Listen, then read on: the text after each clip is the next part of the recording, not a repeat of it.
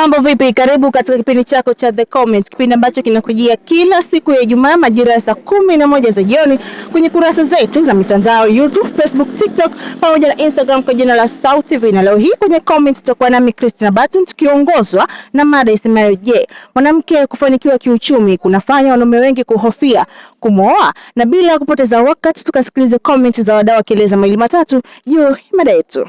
Mambo vipi? Safi. Vipi hali? Salama. Siku imeendaje?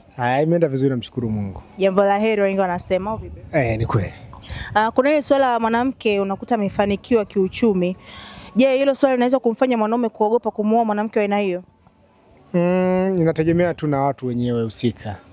Unajua ukiwa ni mtu ambaye unaamini kwamba mwanamke akiwa amefanikiwa kiuchumi maybe anaweza akakuzidi nguvu fulani ama anaweza akakupotezea heshima yako sehemu fulani, itakuwa ni ngumu. Lakini ukiamini kwamba mwanamke ana uwezo wa kuwa ana cheo, ana elimu, ana mali kukuzidi, lakini bado ukao una uwezo wa kusimama kama mwanaume, bado ukao una uwezo wa kutoa mamlaka, bado ukao una sauti ya kusimama kama kichwa, sidhani kama kunaweza kuwa kuna changamoto yoyote ambayo inaweza kumfanya mtu ahofie kuweza kuoa mtu ama mwanamke ambaye ameweza kuwa amemzidi labda mafanikio katika sehemu fulani.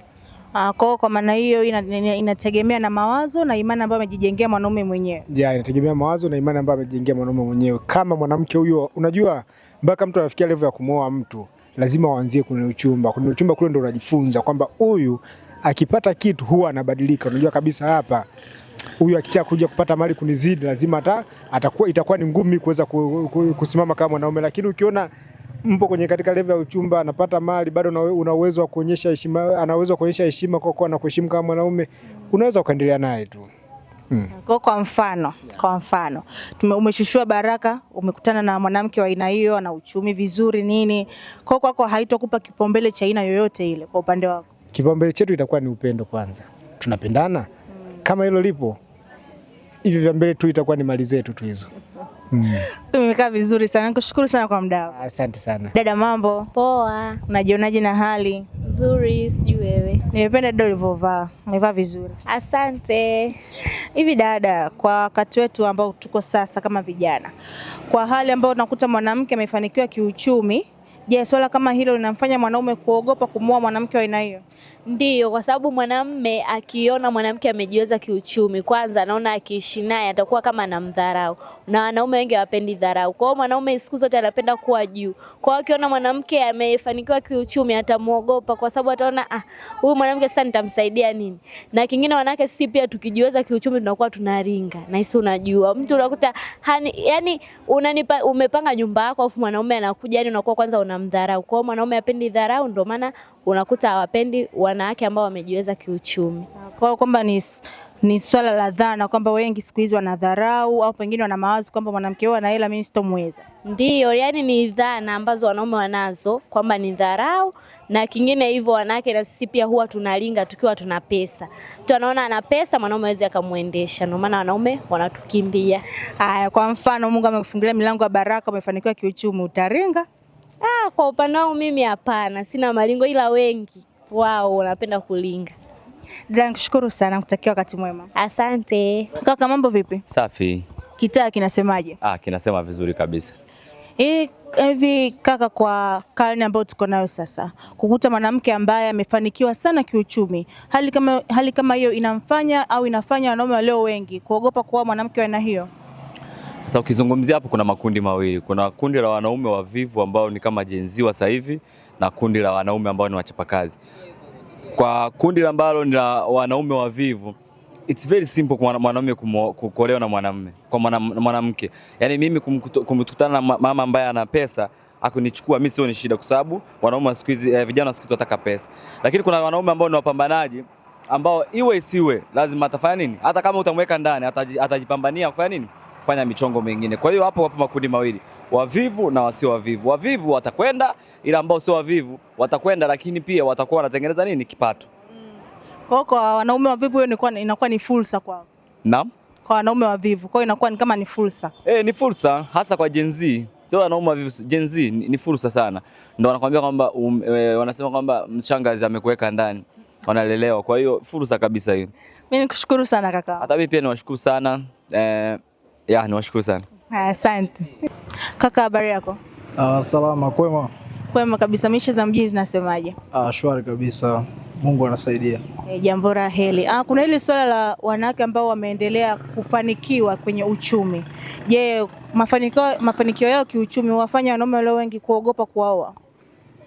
Ni kweli kwa sababu kadhaa.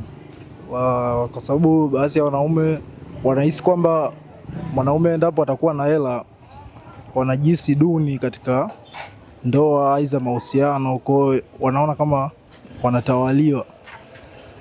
Lakini kwa upande mwingine nafikiri kama ni swala la kusherehekewa pamoja, maana umepata mtu ambaye kidogo atasaidia kwenye maendeleo ya kifamilia, au unaonaje kwa upande wako?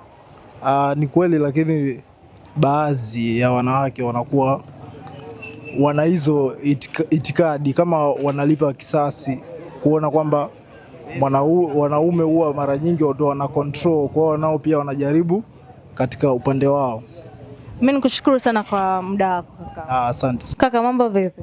Mambo poa. Mishe zinasemaje mjini? Mungu anajalia, japokuwa jua ni kali sana. Yote heri wanasema wahenga. Kuna swala la sasa hivi wanawake walio wengi ambao wamepata mafanikio, wana hela. Ni swala ambalo linafanya wanaume kuogopa kuwaoa. Je, ipo inauhalisia? Kiukweli hiyo inauhalisia kwa sababu wanawake walio wengi wenye uchumi, kwa kweli wanaume tunaogopa, kwa sababu wanaume pia ambao tuna uchumi kidogo tunaogopa kuoa, kwa sababu tukishaingia kwenye ndoa wanawake wengi wanakuwa wananyanyasa wanaume ambao wana kipato cha chini. Umeona? Kwa sasa wanaume walio wengi wanashindwa kuvumilia kwa sababu kutokana na mwanamke ana uchumi mkubwa, japokuwa wanawake wanashindwa kuelewa kwamba ile ni ndoa kutokana na uchumi wao jinsi ulivyo. Umeona? Lakini wanaume sisi tunahitaji tu heshima na kuheshimu ndoa. Umeona?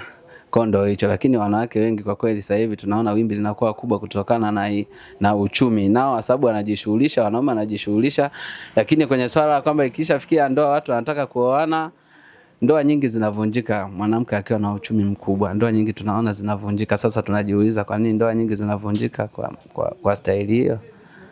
Umeona? Kwa inakuwa ni ile nadharia kwamba mwanamke atakuwa na jeuri ya pesa. Mwanamke anakuwa na jeuri ya pesa. Wengi wao kuna misemo anaitumia kwamba mimi naolewa na pesa, lakini pesa haiwezi kukuoa. Pesa inahitaji, pesa ukiwa nayo, pesa ni mahitaji kwanza. Umeona? Japokuwa wanawake wao wanashindwa kuelewa kwamba mimi ninapopata hela, mwanamke anapopata hela, hiyo pesa inakuwa ni ya kusaidia familia. Haijalishi mwanaume ana kipato kidogo au mwanamke ana kipato kikubwa. Mimi nikushukuru sana, nikutakie kazi njema. Asante sana. Naam, kama ulivyokwisha kuwasikia wadau kwenye kipindi chetu cha leo wakieleza namna ambavyo kwa upande wao wanachukulia swala la je, mwanamke kuendelea kiuchumi kunafanya wanaume walio wengi kuhofia kumwoa. Na mpaka kufikia hapa sina la ziada. Ulikuwa nami Christina Moses, na nikukumbushe tu kipindi chetu cha The Comment kinakujia katika kurasa zetu za mitandao Instagram, YouTube, Facebook pamoja na TikTok kwa jina moja tu la Sau TV, kila siku ya Ijumaa majira yetu haya saa 11 za jioni. Nikutakia wakati mwema.